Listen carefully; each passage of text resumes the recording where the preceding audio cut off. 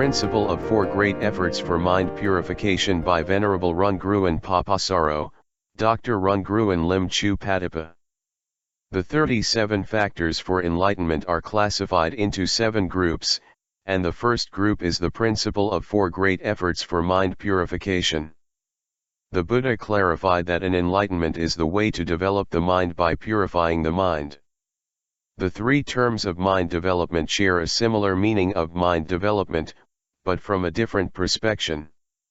That is, the term mind purification is used to address that all defilements must be cleansed out from the mind, so that the mind will be purified. While the term mind liberation is used to emphasize that the mind is dominated by uninstructed cognition to the world by regarding being as self, or self as possessing being, or being as in self, or self as in being. And the achievement of developed mind is to be liberated from the existence of self by wisdom. The first group of 37 factors for an enlightenment is the principle of 4 great efforts for mind purification in Buddhist practice. In purifying a mind in Buddhist practice, the mind can be compared like having a bottle of water, in which the water is contaminated by dirt. And the goal is to purify this dirty water to be a clear water with great efforts as follows. The principle of 4 great efforts to purify the mind is as follows. 1. Having an effort to abandon any arising unwholesomeness into the mind. That is, do not allow any new defilement of contamination into the mind. And if there is no unwholesome mind, then there is no unwholesome action to be taken. Therefore, there is no unwholesome karma to be added to life. 2. For any contaminant of defilement that already exists inside the mind at latent dispositions, then having an effort for destruction of the taints to cleanse them out from the mind. As keep on abandon any arising unwholesomeness inside the mind, therefore, little by little all the unwholesomeness will be cleansed from the mind. This is to assure that there will not be any unwholesomeness left inside the mind to do any harm to life.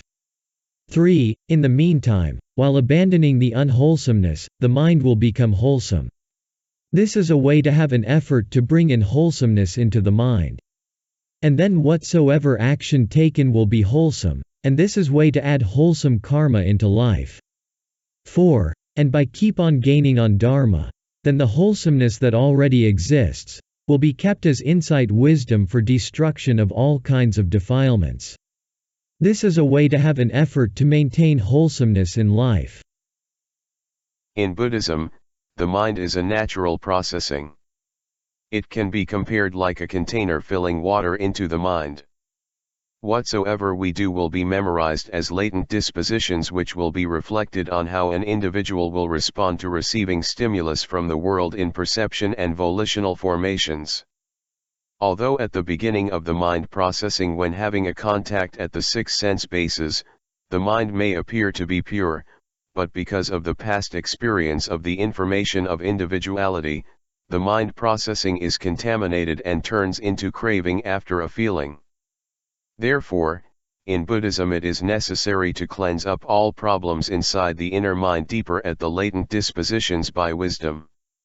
In Buddhist practice, the word task in saying to complete all the tasks that should be done, specifically it means the task to cleanse all the contaminants inside the mind by wisdom with great effort, so that the mind will be completely purified.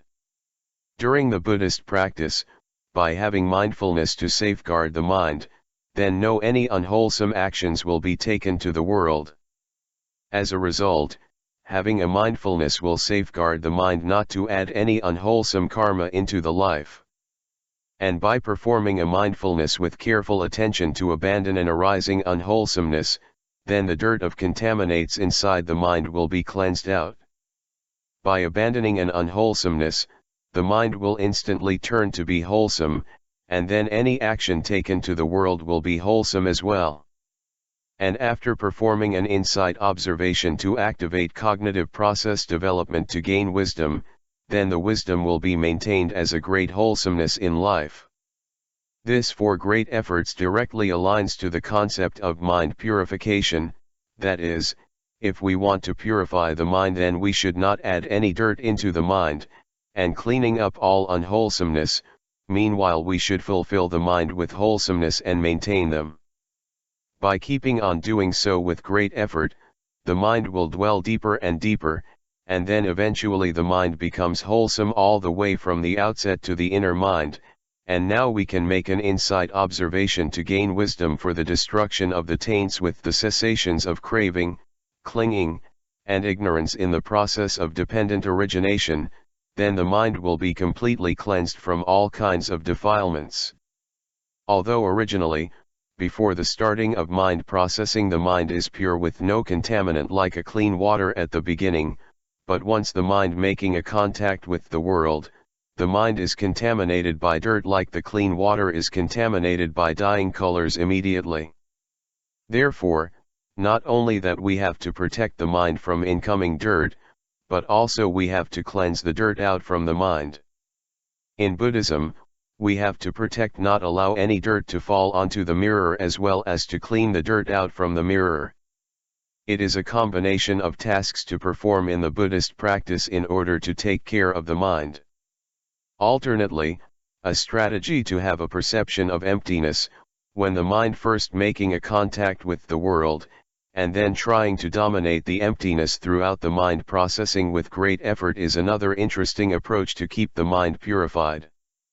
However, we have to be reminded that even a clean cloth, a clean water, a shining mirror, and a pure mind, all of them are easily contaminated by dirt. Therefore the four great efforts are the final solution for mind development anyway.